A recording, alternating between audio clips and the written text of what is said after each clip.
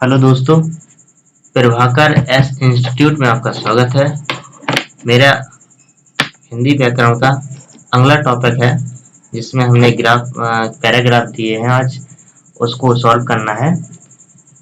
निर्देश प्रश्न संख्या नीचे दिए हैं। निम्नलिखित वाक्यांश को ध्यानपूर्वक पढ़कर उनके नीचे दिए गए बहुविकल्पी प्रश्नों में से सही विकल्प का चयन करना। क्या करना है? सही विकल्प का चयन करना है। ये पैराग्राफ पढ़ना है।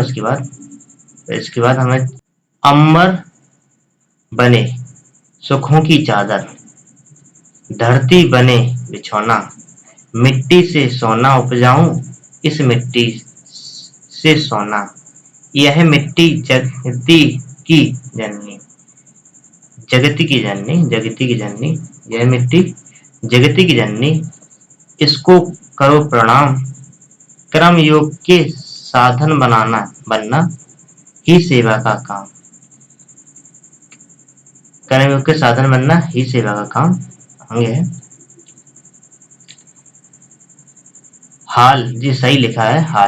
हाल उठा हाथ से हल को, हाल उठा हाथ से हल को, बीज प्रेम के बोना, बीज है, बीज प्रेम के बोना, चना मटर जौ धान बाजरा और गेहूं की बाली, मिट्टी से सोना बन जाती, मिट्टी से ये सोना बन जाती, भर भर देती थाली, भर भर देती थाली, दूध दही पी पी मुस्कुराए मेरा श्याम सलोना, दूध पीकर मुस्कुराए मेरा श्याम सलोना, हीरा मोती लाल बहादुर कहें कहें तुम्हें पुकारे, खुशहाली हर घर में लाए बिगड़ी दशा सुधारे, बिगड़ी दशा सुधारे।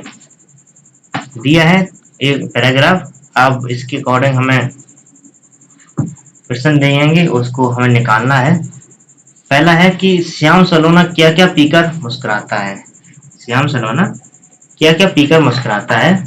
तो इसमें लिखा है श्याम सलोना दूध दही पीकर मुस्कुराए। कौन मुस्कुराए? श्याम सलोना। तो क्या है इसका आंसर? दूध दही। मेरा अगला क्वेश्चन है इसी का, यह मिट्टी किसकी जननी है? यह मिट्टी किसकी जननी है? तो ये लिखा है इस मिट्टी से सोना, यह मिट्टी जगती की जननी, काय की जननी है? जगती। तो इसका आंसर है जगती की जननी, जगती की जननी। ठीक है, पहला। दूसरा है अम्बर किसकी चादर बने? दुखों की, दास्तानों की, भावनाओं की, सुखों की। इसमें लिखा है अम्बर बने सुखों की चादर। किसकी बने चादर? सुखों की। तो इसका आंसर है सुख, सुखों की। फिर है किसकी है? सुखों की। दूसरा है डॉट डॉट के साधन साधक बनना, पंक्ति की पूर्ति सही शब्द से कीजिए। के साधक बनना, ऐसे देखो के साधक बनना, इसमें लिखा होगा कर्म योग के साधक बनना। किसकी के साधक बनना? ये चौथा है कर्म योग की का बनना, साधक बनना, कर्म योग के साधक बनना। मेरा फिर अगला है खुशहाली हर घर में लाए बिगड़ी दशा सुधारे। ये कहाँ है? ऊपर पैराग्राफ में दिया है, बिगड़ी दशा सुधारे। ये लिखा है बिगड़ी दशा का है सुधारे। 5, ये पहले का है, ये 5 का है, और ये तीसरे का है, ये तीसरा है, और नहीं ये तीसरा है, ये दूसरा है। ठीक है, मेरा अगला पैराग्राफ है निर्देश प्रश्न संख्या है, दिया गया है निम्नलिखित गद्यांश को ध्यानपूर्वक पढ़कर उसके बीच दिए गए बहुविकल्पी प्रश्नों में सही विकल्प का चयन करें। सही विकल्प का क्या चयन करना है? दिया है सदा सादा जीवन उच्च विचार। पहला दिया है सादा जीवन उच्च विचार। यह मुहावरा सुनने में कितना मनमोहक है, ठीक है, परंतु इसके अनुरूप जीवन को ढालना अति अत्यंत कठिन है। इस मुहावरे को साकार कर जीवन में उतारने वाली डॉक्टर सर्वपल्ली राधाकृष्णन उन महापुरुषों की श्रेणी में आते हैं जिनकी कथनी और करनी, क्या है, कथनी और करनी में कोई अंतर न था। वे जो कहते थे उसे करके ही दम लेते थे। डॉक्टर राधा कृष्णन ने जीवन को जीवन जीकर कठिन तपस्या के रूप में जीवन को एक ही बार है कठिन तपस्या के रूप में लिया और स्वयं को इसकी आग में तपाकर कुंदन बना लिया। तदंतर उनकी चमक से पूर्ण विश्व उनकी चमक से संपूर्ण विश्व प्रकाशित हो उठा। वे किसी राजनीति दल अथवा जोशीले भाषणों के बल पर दुनिया में पूजने नहीं हुए, बल्कि उन्हें इस सम्मान और ऊंचाइयों को अपनी योग्यता के बल, किसके बल, योग्यता के बल प्राप्त किया। उनका जीवन एक शिक्षक के रूप में आरंभ हुआ। किसके रूप में आरंभ हुआ? शिक्षक के रूप में आरंभ। लेकिन अपनी बौद्धिकता और योग्यता के बल पर उन्होंने एक महान दार्शनिक, ठीक है, लेखक, दार्शनिक और लेखक के रूप में ख्याति अर्जित की। साथ ही वे एक ओजस्वी वक्ता के रूप में पहचाने गए। जब डॉक्टर राधा कृष्णन राष्ट्रपति पद पर आसीन हुए थे तो उन्हें दस दस हजार मासिक 10,000 मासिक वेतन मिलता था, लेकिन वे मात्र 2,500 मासिक वेतन लेते थे। उनके वेतन का शेष राशि उन्नति और विकास के कार्यों में, किसके, उन्नति विकास के कार्यों में होती थी। डॉक्टर राधाकृष्णन ने देश के प्रति समर्पित थे। किसके प्रति समर्पित थे? देश के प्रति। मेरा पहला क्वेश्चन होगा इसके ऊपर में। डॉक्टर राधाकृष्णन जब राष्ट्रपति पद पर थे तब उनके वेतन की शेष राशि किस कार्य में खर्च होती थी? देश की उन्नति और विकास के कार्यों में, राष्ट्रपति भवन के रखरखाव में, बैंक के खाते में जमा होती थी, परिवार के जीवन यापन में। तो उनका ये लिखा है कि मासिक वेतन, उनके वेतन की शेष राशि उन्नति और विकास के कार्य में खर्च होती थी। तो पहला आंसर ये है, उन्नति और विकास। अगला क्वेश्चन है, समर्पित शब्द में तत्सम जो समर्पित शब्द है उसमें तत्सम है तो ता है कि पित है कि इत है कि इत है? तो समर्पित इत है, तो चौथा इसका आंसर सही है। अगला क्वेश्चन है, डॉक्टर राधाकृष्णन का जीवन किस रूप में प्रारंभ हुआ था? दार्शनिक, लेखक, शिक्षक, वक्ता? तो ये लिखा है दार्शनिक और लेखक के रूप में ख्याति अर्जित की थी। दार्शनिक और लेखक के रूप में उन्होंने एक महान रूप में ख्याति प्राप्त की थी। और तो इसका आंसर क्या है? नहीं, इसका ये है कि आरंभ किस रूप में किया था? तो आरंभ शिक्षक के रूप में किया था उन्होंने। ये ऊपर लिखा है शिक्षक के रूप में ख्याति प्राप्त की थी। राधा कृष्ण कथनी करने में ख्याति थे। वे राजनीति दल के, ये यहाँ लिखा होगा,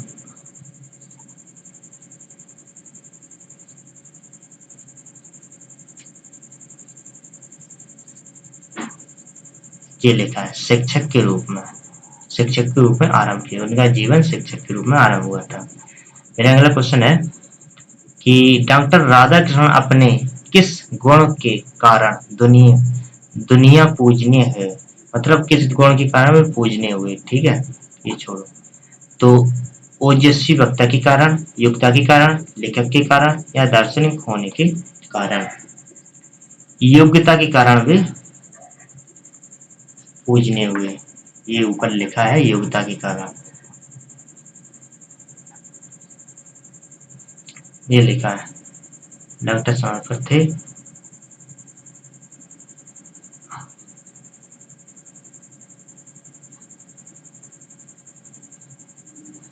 लेखक ख्याति प्राप्त हुई थी, योग्यता के बल पर वे महान थे, योग्यता के बल पर। ठीक है, और अगला है, इस गद्यांश के लिए उपयुक्त शीर्षक है, तो कौन सा बनेगा इस उपयुक्त शीर्षक? डॉक्टर राधा कृष्णन एक विराट व्यक्तित्व, क्योंकि वो एक लेखक शिक्षक के रूप में उनको प्रारंभ हुआ था। फिर वो दार्शनिक, लेखक और देश के प्रति समर्पित भावना दिखाना, तो एक विराट व्यक्तित्व, इसका हम शीर्षक ज्ञात कर सकते थे। मेरा अगला क्वेश्चन है, मृत्युंजय और पिनाकी, व्योमकेश, त्रिलोचन किस देवता के पर्यायवाची हैं? ये पर्यायवाची क्या है, किस देवता के? ब्रह्मा के, विष्णु के, शिव के, इंद्र के। अगर जैसे मुझे नहीं आ रहा तो त्रिलोचन, ये तो शंकर जी का है ही, तो शंकर जी मतलब शिव हो गया शिव। आगे है, नीति निपुण में समास होगा, नीति और निपुण, तो तत्सम, तत्पुरुष समास। नीति निपुण में समास होगा तत्पुरुष। अगला क्वेश्चन है, त्रा किस वर्णों के सहयोग से बना है? ता और आ, आधा ता और रा, ता और आधा रा, और त्रा और आ। तो ये बना है ता और रा, आधो ता और रा त्रा बना है।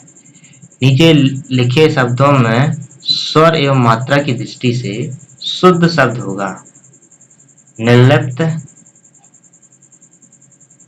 नहीं निर्लिप्त, निर्लिप्त, निर्लिप्त, निर्लिप्त और निर्लिप्त। जहाँ बड़ी की मात्रा, जहाँ छोटी की मात्रा, जहाँ मात्रा ही नहीं, जहाँ मात्रा लेकिन रा नहीं, तो इसका आंसर सही लिखा है ये निर्लिप्त। मेरा अगला क्वेश्चन है, अनेकार्थी शब्द कुंडली के लिए निम्न में से एक अर्थ है। कुंडली के लिए निम्न में कौन सा अर्थ है? कचौड़ी, इमरती, बर्फी, समोसा। तो इसका आंसर है इमरती। मेरा अगला क्वेश्चन है, काठ का उल्लू, ये मुहावरा है, का अर्थ क्या है? अड़क, निर्जीव, मूर्ख, अत्यधिक सरल। तो इसका अर्थ है मूर्ख। इसका अर्थ क्या है? मूर्ख। मेरा अगला क्वेश्चन है, निम्नलिखित में से शुद्ध वाक्य चिन्हित कीजिए। उसके प्राण निकल गए। ठीक है, उसके प्राण निकल गए, ये ठीक है। आगे देखते हैं इसके लिए भी ठीक है क्या? उसके प्राण निकल आए गया, ये गलत हो गया सेंटेंस। उसके प्राण पखेरु उड़ गए, ये भी गलत है। प्राण उसका खत्म हो गया, ये भी गलत है। तो इसका आंसर सही है, उसके प्राण निकल गए।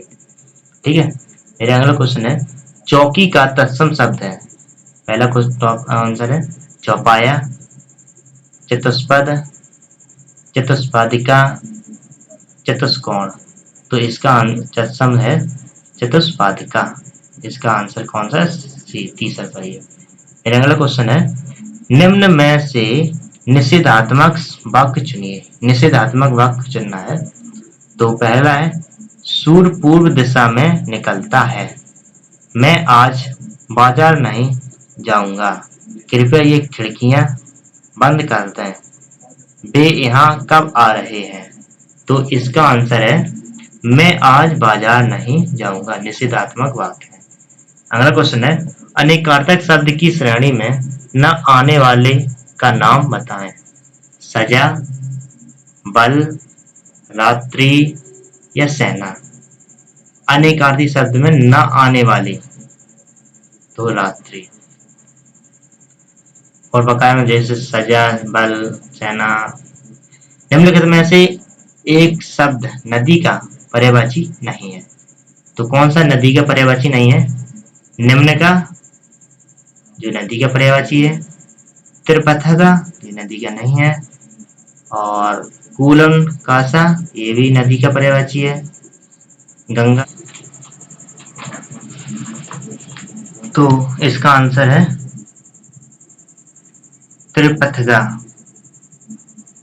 ठीक है, अगला आंसर, अनाम दास का पोथा उपन्यास के रचयिता है। अनाम दास का पोथा रजन के उपन्यास के रचयिता कौन है?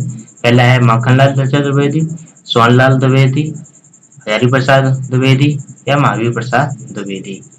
तो इसका आंसर है अनाम दास का पोथा हजारी प्रसाद द्विवेदी। अनाम दास का पोथा उपन्यास है ये। अगला है अव्यय की परिभाषा किस विकल्प में है? अव्यय जिस शब्द में क्या हो का पता चले, क्या उसे अव्यय कहते हैं? नहीं, पता नहीं।